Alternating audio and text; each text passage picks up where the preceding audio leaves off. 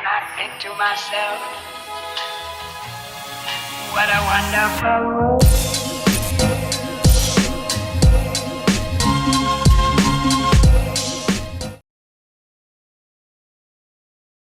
Halo semuanya, selamat datang kembali di Story Film. Di balik sosok cewek populer yang kelihatannya sempurna, ada kisah persahabatan beracun, pengkhianatan, dan balas dendam yang sangat gelap. Kali ini kita akan membahas salah satu film berjudul Jennifer's Body yang dirilis pada tahun 2009. Film ini akan berfokus pada obsesi terhadap kecantikan dan popularitas yang berujung jadi kehancuran. Sosok utama di film ini rela melakukan apapun untuk tetap cantik, dikagumi, dan berkuasa. Bahkan setelah dia menjadi korban ritual sesat. Saat hidup kembali, dia harus memakan manusia agar tetap kuat dan sempurna. Dan korbannya adalah para cowok yang ada di sekitarnya. Daripada kalian makin penasaran, mending kita langsung aja masuk ke alur filmnya. Enjoy the video. Film ini dibuka dengan seorang wanita bernama Needy. Dia adalah seorang gadis yang kini berada di penjara. Tanpa alasan yang jelas, dia tiba-tiba menyerang seorang sipir, hingga akhirnya dijebloskan ke sel isolasi.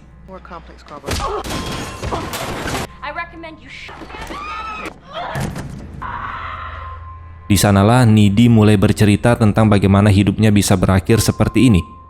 Dan kita pun diajak mundur ke masa lalu. Ceritanya kembali ke sebuah SMA di kota kecil bernama Devil's Kettle.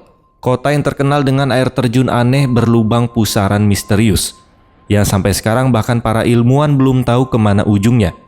Di sekolah itu, Needy digambarkan sebagai siswi culun, canggung, dan pendiam. Dia bersahabat dengan Jennifer, siswi paling cantik, populer, dan pusat perhatian di sekolah. Dan diketahui mereka sudah berteman sejak kecil. Meski banyak orang yang heran kenapa mereka masih berteman karena sudah sangat berbeda, Needy dan Jennifer tetap tak terpisahkan.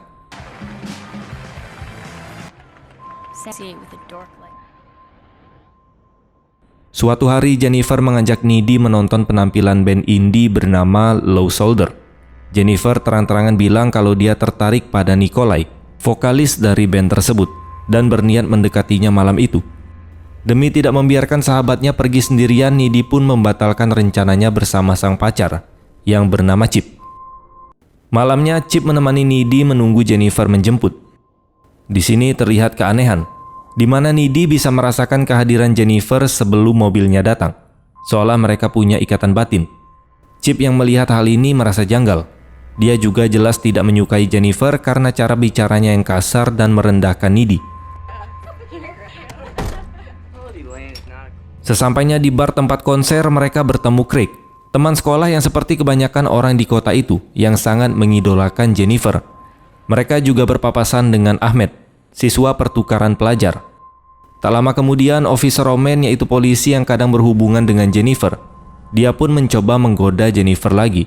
Tapi Jennifer langsung mengabaikannya dan justru menghampiri Nikolai. Jennifer memperkenalkan diri dengan malu-malu dan menawarkan minuman pada Nikolai. Saat Jennifer ke bar, Needy tanpa sengaja mendengar Nikolai berbicara dengan rekan bandnya. Dengan nada yang menyeramkan, dia berspekulasi bahwa Jennifer ini masih perawan. Merasa tidak nyaman, Needy langsung menegur Nikolai dan menyuruhnya menjauh. Dia juga memperingatkan Jennifer. Namun Jennifer menyepelekannya dan berkata dengan santai bahwa dia jelas sudah tidak lagi perawan. Percakapan mereka terhenti ketika Low Shoulder mulai tampil. Namun tiba-tiba gedung itu terbakar di tengah pertunjukan. Anehnya band tersebut tetap bermain seolah tak terjadi apa-apa. Sementara pengunjung panik berusaha menyelamatkan diri.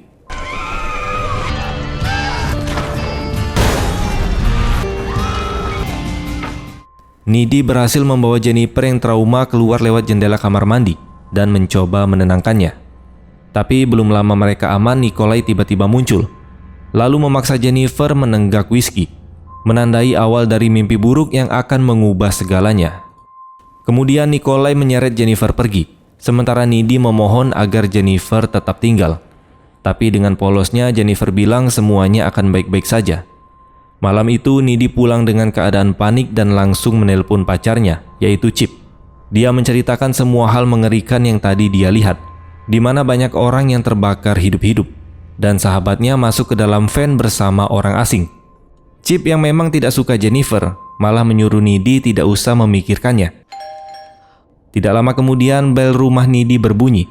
Dia pun turun untuk membuka pintu, tapi tidak ada siapa-siapa di luar. Saat hendak kembali ke atas, Needy mendengar suara dari dapur. Dia pun masuk untuk memastikan keran yang menetes, dan tiba-tiba Jennifer berdiri di depannya. Tubuhnya berlumuran darah, dengan senyum aneh dan menggoda. Jennifer mengobrak-abrik kulkas dan mencoba makan, tapi dia malah memuntahkan cairan hitam seperti aspal. Needy panik dan hendak meminta bantuan, namun mendadak Jennifer menjepitnya ke dinding, mengelus tubuhnya lalu menggigit leher Needy hingga meninggalkan bekas, sebelum dia pergi begitu saja.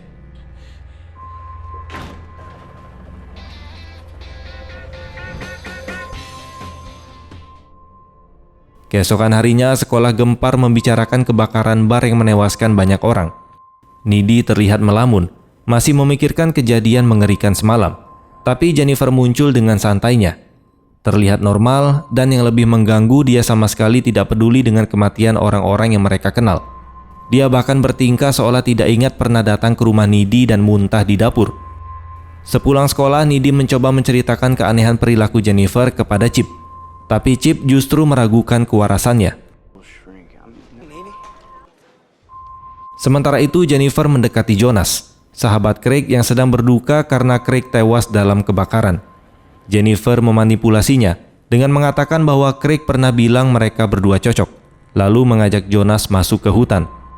Di sana mereka mulai bermesraan, tapi suasananya jadi aneh saat hewan-hewan di hutan itu berkumpul dan menatap mereka.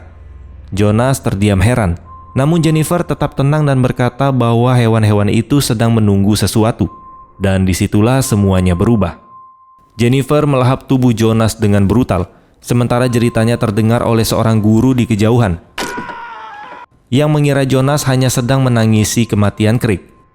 Sore harinya Needy sedang memasak sambil mendengarkan radio ketika mendengar kabar yang mengejutkan, karena Ben Low Shoulder justru makin terkenal setelah tragedi itu. Bahkan dipuji sebagai pahlawan nasional karena dianggap menyelamatkan orang-orang dari kebakaran. Di waktu yang sama, guru yang mencari Jonas akhirnya menemukan jasad Jonas yang hancur di hutan. Polisi pun segera berdatangan ke lokasi. Tak jauh dari sana, Jennifer terlihat sedang berenang telanjang di danau. Dia tampak santai dan merasa puas. Malamnya, Jennifer menelpon Needy dan berkata bahwa dia merasa luar biasa, serta menyuruh Needy untuk berhenti berduka karena orang-orang pasti mati setiap saat. Saat menelpon, Jennifer melakukan sesuatu yang terasa sangat menyeramkan. Tidak lama kemudian telepon terputus karena Chip menghubungi Needy. Dengan suara terpukul, Chip memberitahu bahwa Jonas alias tetangganya ditemukan telah meninggal dunia. Needy pun segera datang untuk menenangkannya, dan Chip menjelaskan bahwa tubuh Jonas ditemukan tercabik-cabik di hutan.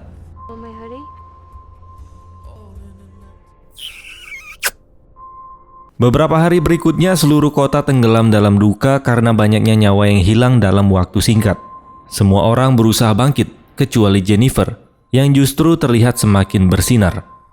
Tragedi The Devil's Kettle sampai ke berita nasional, dan Ben Low Shoulder makin terkenal serta dipuja publik. Meski begitu, warga kota mencoba untuk tetap melanjutkan hidup.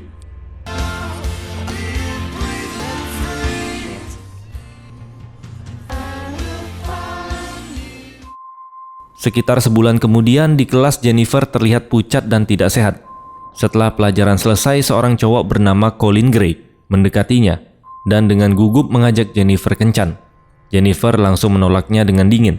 Tapi saat Needy bilang kalau Colin terlihat baik dan menyenangkan, Jennifer mendadak berubah pikiran dan mengundangnya datang malam itu. Tak lama Chip datang menghampiri. Needy refleks mencium Chip, takut Jennifer akan menggoda pacarnya. Malam itu Needy dan Chip memutuskan adu mekanik untuk pertama kalinya. Di waktu yang sama, Colin yang polos datang ke alamat yang dikirim oleh Jennifer. Anehnya rumah itu kosong dan tampak terbengkalai. Karena penasaran, Colin pun masuk.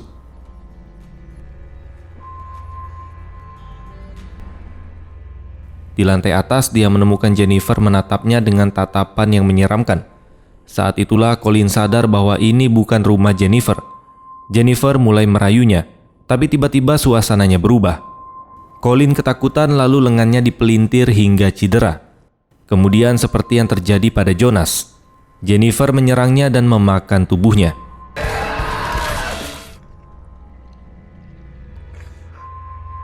Bersamaan dengan itu, Needy mengalami penglihatan aneh. Langit-langit kamar seperti berdarah, dan sosok Jonas serta Jennifer yang tampak seperti mayat hidup. Karena panik, Needy pun segera berpakaian dan kabur dari rumah Chip. Di jalan, dia melihat Jennifer dan langsung membanting setir. Saat berhenti sejenak, Jennifer melompat ke kaca depan mobil dengan wajah buas, yang membuat Needy kabur ketakutan. Needy pulang ke rumah dalam keadaan hancur dan menangis, mempertanyakan kewarasannya sendiri.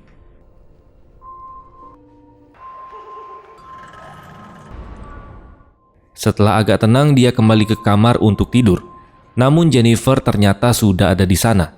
Dia terlihat santai dan sangat ceria.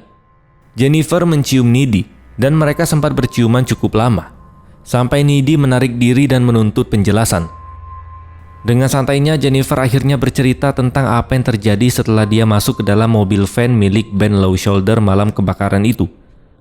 Saat van dibawa ke hutan, Jennifer mulai takut. Dia mengira mereka akan memaksanya, dan dia berpura-pura menjadi perawan polos yang tidak tahu apa-apa soal hubungan intim. Namun van berhenti di dekat air terjun Devil's Kettle, dan para personil band menyeret serta mengikatnya untuk melakukan ritual pemujaan setan demi ketenaran. Nikolai sang vokalis membaca mantra lalu mencocol dada Jennifer sampai tewas.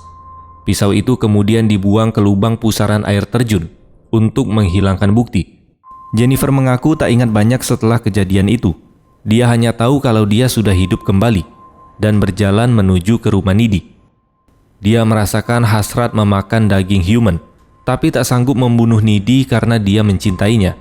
Jadi dia memilih untuk pergi. Malam itu Jennifer bertemu Ahmed, siswa pertukaran pelajar yang selamat dari kebakaran, dan dia membunuh serta memakan tubuh Ahmed sebagai gantinya. Jennifer juga menjelaskan bahwa saat kenyang, dia menjadi tak terkalahkan. Dia membuktikannya dengan melukai dirinya sendiri, dan lukanya seketika sembuh. Sebaliknya saat lapar, dia menjadi sangat lemah. Mendengar semua itu, Needy yang kewalahan langsung menyuruh Jennifer pergi. Dengan berat hati, Jennifer keluar lewat jendela, meninggalkan Needy dalam ketakutan dan kebingungan. Keesokan harinya, Needy menghadiri pemakaman Colin. Di sana, dia akhirnya sadar bahwa Jennifer yang dia lihat berlumuran darah semalam adalah karena Colin baru saja dibunuh olehnya. Setelah itu, Needy pergi ke perpustakaan. Dan selama beberapa hari ke depan, dia menghabiskan waktunya membaca buku tentang iblis dan ilmu hitam, berusaha memahami apa yang sebenarnya telah terjadi pada Jennifer.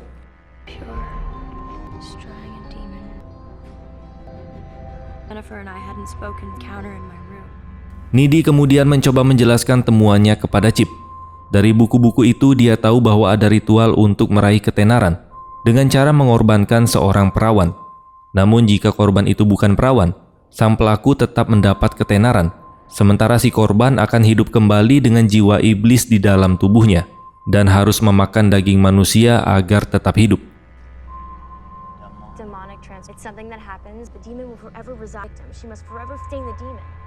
Sayangnya, Chip menganggap semua itu tidak masuk akal dan dia tetap tidak percaya. Tidak lama kemudian, pesta dansa sekolah akan digelar. Needy berusaha melarang Chip datang demi keselamatan, tapi Chip tetap bersikeras. Akhirnya Needy tak punya pilihan selain ikut.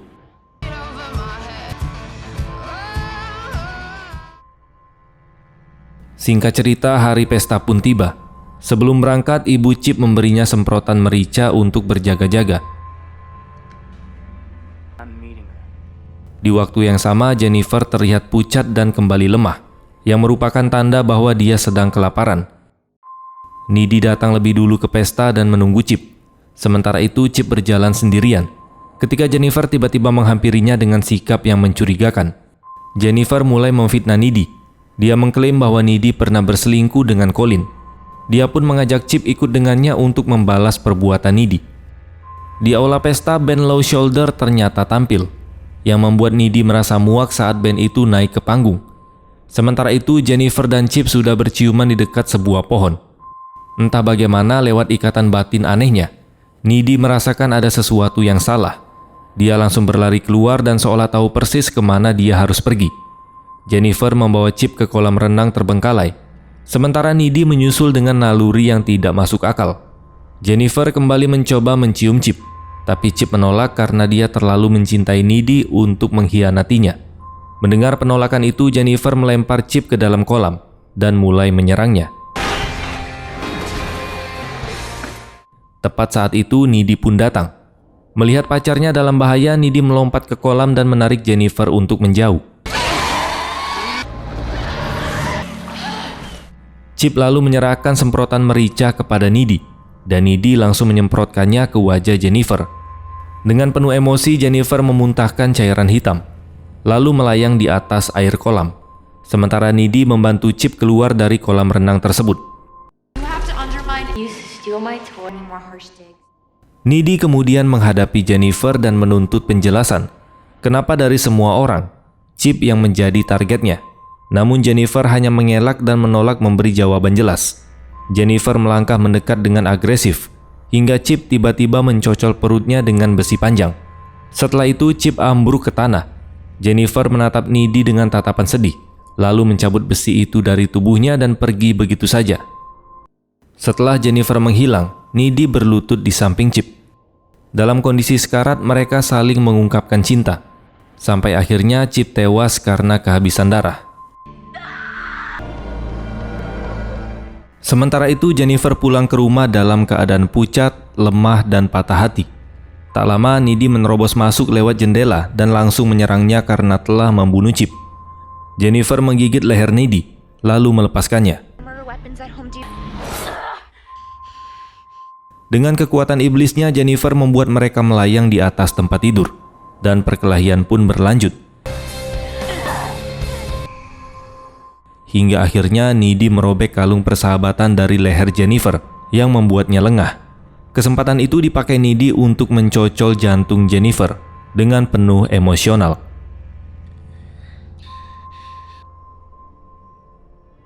Sesaat setelah Jennifer menghembuskan nafas terakhirnya, ibu Jennifer masuk ke kamar dan memergoki Needy dalam kondisi berdarah.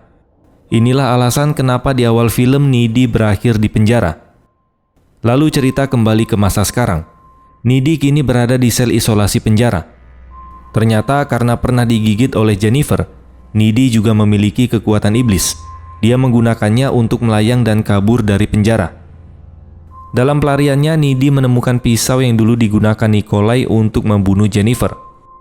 Dia mengambil pisau itu, lalu menumpang mobil orang asing menuju konser band Low Shoulder.